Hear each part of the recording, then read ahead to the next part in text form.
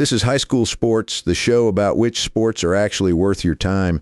Your hosts are Robbie and Terry, both 15 every week. They break it down so you actually get it. About which sports are actually worth your time. I'm Terry. And I'm Robbie, and today we're talking about golf, the sport your dad watches on mute for 3 hours and somehow falls asleep anyway. But here's the thing. Golf might actually be the most useful sport a teenager can pick up, and we're going to prove it. We're not saying it's the most exciting sport. We're saying it's the one that keeps paying you back long after high school. Let's start with the basics. Golf is one of the only sports where you can play competitively well into your 80s. My grandfather just shot his age last summer. He's 74. That is genuinely impressive and also kind of unfair. The sport has about 67 million players worldwide, which means there are a lot of people out there you could connect with over a round. And a huge chunk of those players are business people, coaches, college recruiters, and basically anyone who makes decisions about other people's futures. So when people say golf opens doors, they mean actual doors, like career doors, scholarship doors, networking doors. There's a reason so many corporate deals get made on the course. You're walking together for 4 hours, you kind of have to talk. And unlike a dinner meeting, nobody's checking their phone because you need two hands to swing a club. That's actually genius, forced conversation with no escape. Sounds like my family road trips, but productive. Golf scholarships are also a real thing. Over 800 colleges in the US offer varsity golf for both men and women. That's a lot of opportunities for a sport that doesn't require you to be 6 feet tall or run a 4.40. Exactly. Golf is one of the few sports where body type matters way less than technique, patience, and mental focus. The mental game is huge. Professional golfers say about 90% of the sport happens between your ears.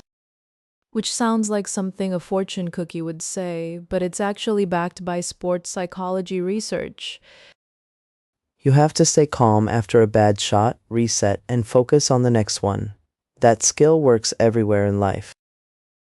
Athletes who play individual sports like golf often test higher on self-regulation and emotional resilience. That's real data. So golf is basically therapy, but with better outfits. Well, debatable outfits actually. The plaid pants are a whole conversation. But the point is the mental discipline transfers to school, to jobs, to everything. Let's talk about accessibility for a second because the number one complaint is that golf is expensive and exclusive. That critique has some history behind it. For a long time, many private clubs had serious racial and gender exclusion problems. And we shouldn't pretend that history doesn't exist. It's important context for understanding why some people feel golf isn't for them. But the landscape is genuinely changing. Public courses, junior programs, and organizations like the First Tee serve kids in underserved communities for free or low cost. The First Tee has reached over 16 million young people since it launched. That's not a small program, that's a movement. You can get a starter set at a thrift store for about $20 and learn on a public course for less than the price of a movie ticket. And used clubs are cheap. So the barrier is lower than people think, and more programs exist to help than most people know about. Tiger Woods is also a huge part of the story. When he dominated in the late 90s and 2000s, junior golf participation spiked dramatically. He changed who saw themselves as a golfer, which matters enormously when a sport has an image problem. And now you've got players like Nelly Korda and Scottie Scheffler making golf genuinely exciting to watch again. Scheffler won 4 times in a row earlier this year. 4 times. In a sport where winning once is considered an achievement. The consistency required for that is almost absurd. We're talking years of daily practice, fine-tuning fractions of a degree in your swing. Which brings up another thing golf teaches you, that tiny improvements compound over time. 1% better each week adds up fast. That's a lesson that applies to studying, to learning an instrument, to literally any skill you care about. Golf is patient. It rewards people who show up, put in the reps, and don't expect instant results. In a world of instant everything, that might be the most countercultural thing about it. So our verdict. Golf is slow, sometimes expensive, fashion questionable, and absolutely worth learning if you get the chance.